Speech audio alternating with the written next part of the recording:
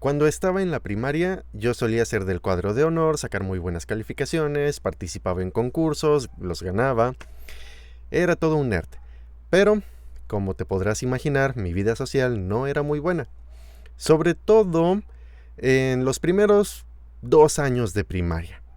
Los niños se burlaban, me criticaban, hacían bromas, me ponían apodos y bueno, podrías decir que eso es lo normal. Y sí, ahora lo sé, pero en ese momento me dolía bastante. En ese momento yo no comprendía por qué los niños eran así si yo no les había hecho nada. Claro que en algún momento empecé a ser el niño que le chismeaba a la maestra. Era bastante odioso en ese momento. Pero muy pronto entendí que eso no estaba cambiando nada, no arreglaba nada y a veces empeoraba las cosas. Acompáñame a escuchar esta triste historia.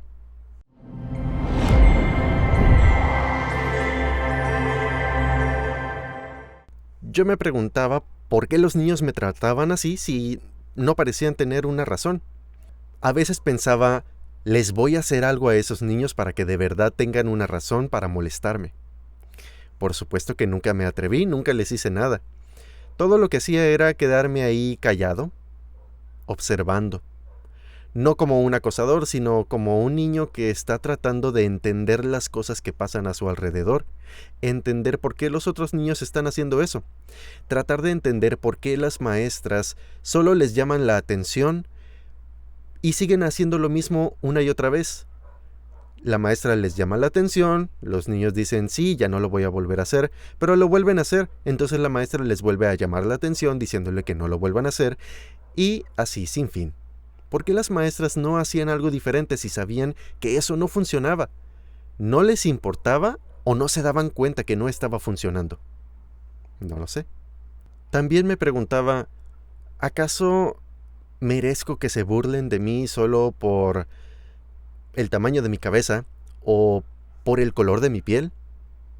Sí, así como lo escuchaste. Se burlaban por el color de mi piel.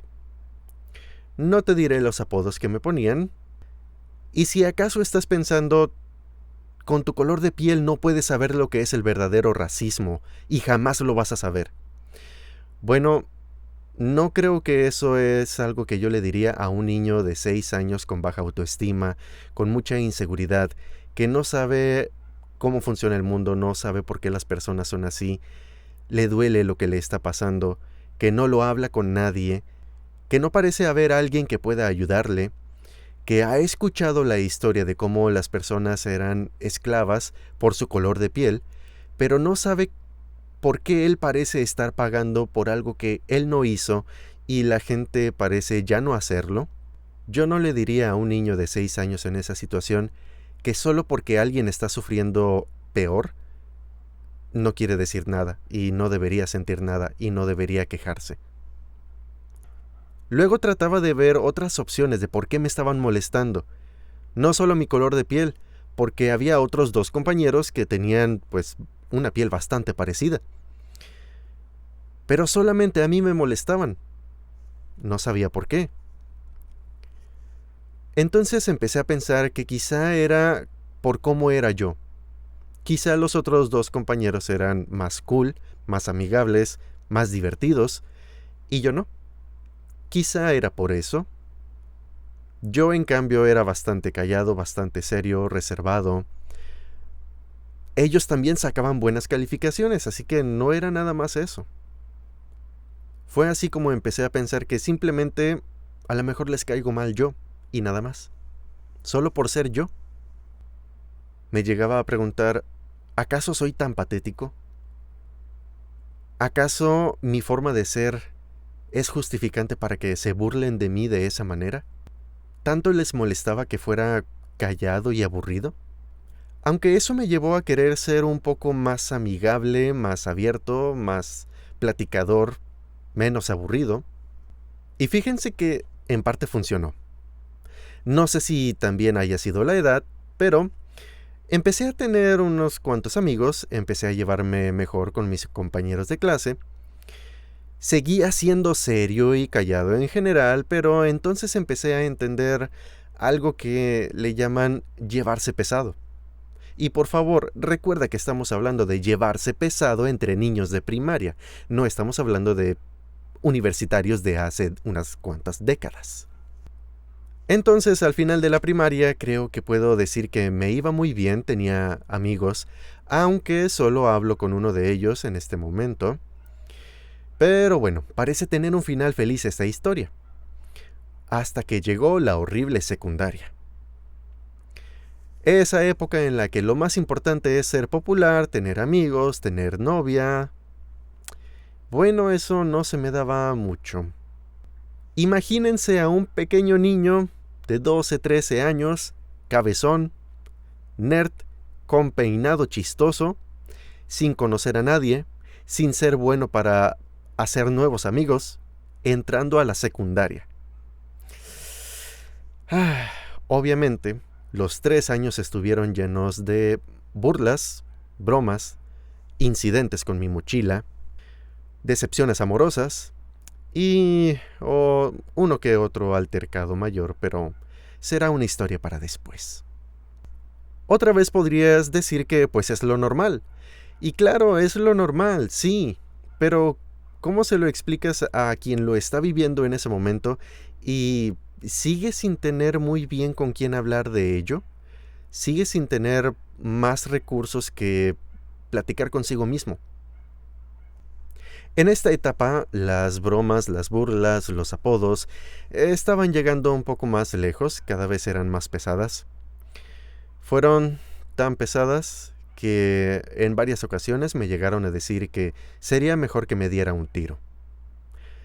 Y, sinceramente, hubo varias ocasiones en que sí lo pensé. A pesar de eso, sí hubo algunas niñas que me trataban bien, eran amables conmigo, y casi podía llegar a decir que eran mis amigas. Pero siento que por alguna razón dejábamos de hablar y todo se perdía otra vez. No estoy hablando de cuando trataba de tener novia, simplemente tener a alguien con quien hablar, solamente una amistad. Por alguna razón siempre se perdía. Y ninguna de estas personas llegó a conocer exactamente cómo me sentía. Todo mundo sabía que me molestaban, sí, pero no hablaba tan a fondo de ello. Lo que hacía era escribir disque poemas, poner imágenes en Fotolog, ponía frases emo en mi perfil de Messenger, claro que sí. Pero nada más, no lo hablaba con alguien.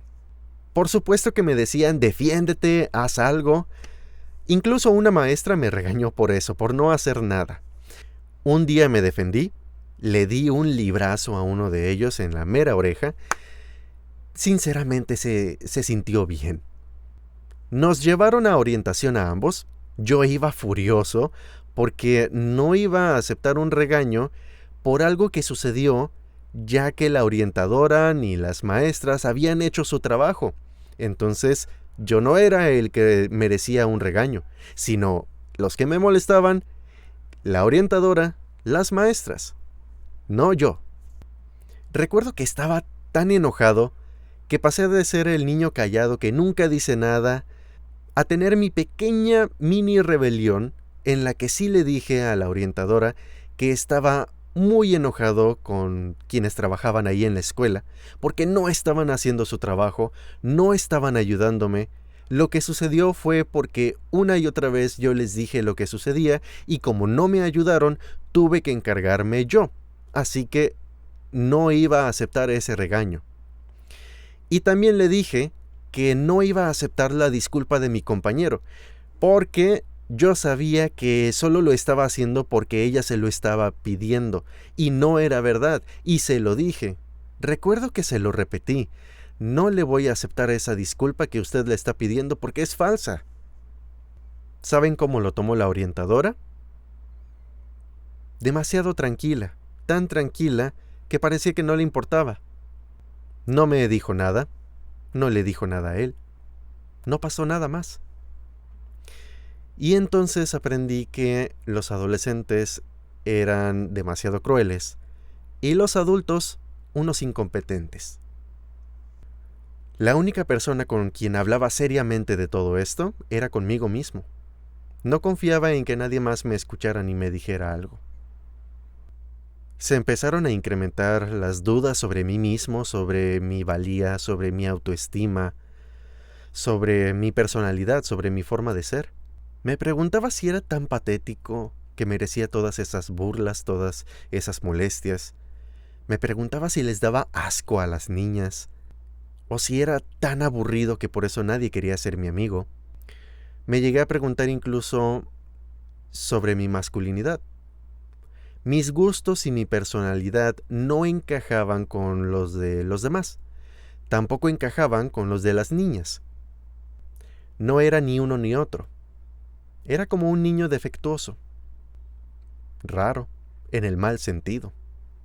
Aunque eso sí, me consideraba inteligente, muy inteligente.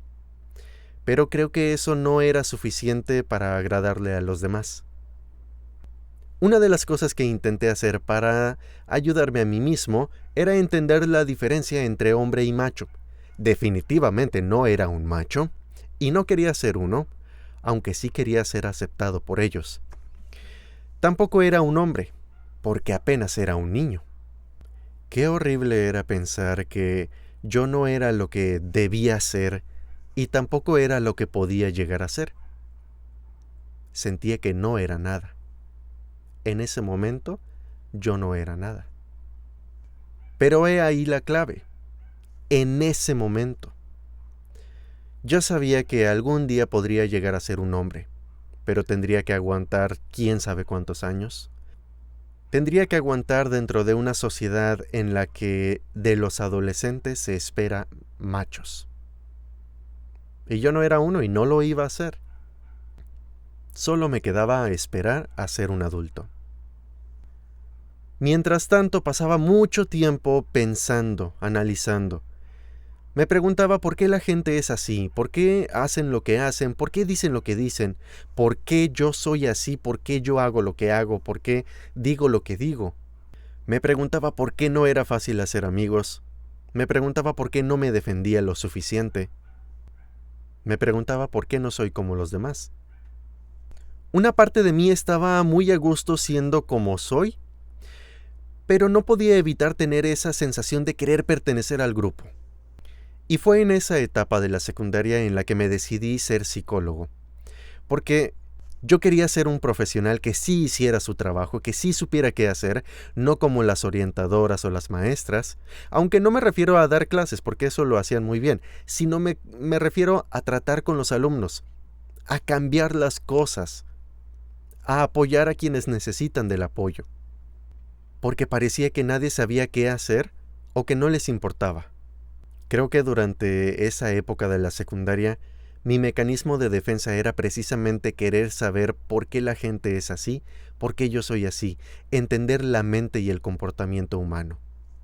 Y creo que pasar tanto tiempo callado me dio la oportunidad de conocer algo maravilloso dentro de mí mismo. Me dio la oportunidad de conocer mi imaginación y el diálogo conmigo mismo. Porque dentro de mi mente yo podía decir lo que quiera, hacer lo que yo quisiera, aunque fuera físicamente imposible, no importaba. Yo podía platicarme lo que yo quisiera y no me iba a juzgar, no me iba a detener, no me iba a decir que eso estaba mal. Aunque, pensándolo bien, claro que sí había momentos en los que me decía que yo estaba mal, que no debía ser así, que no estoy haciendo las cosas bien, que no soy suficiente, que no importo.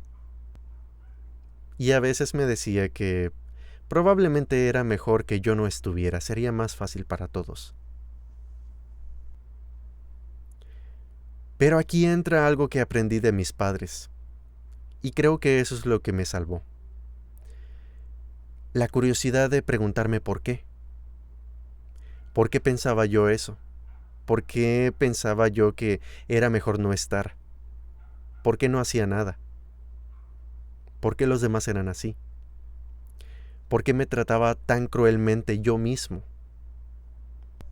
Y también pensaba que si yo me considero tan inteligente, ¿por qué le estoy haciendo caso a personas que yo consideraba menos inteligentes que yo? ¿Por qué? Y bueno, eso suena bastante arrogante, lo sé. Pero ni modo, quiero ser sincero con lo que pasa en mi mente.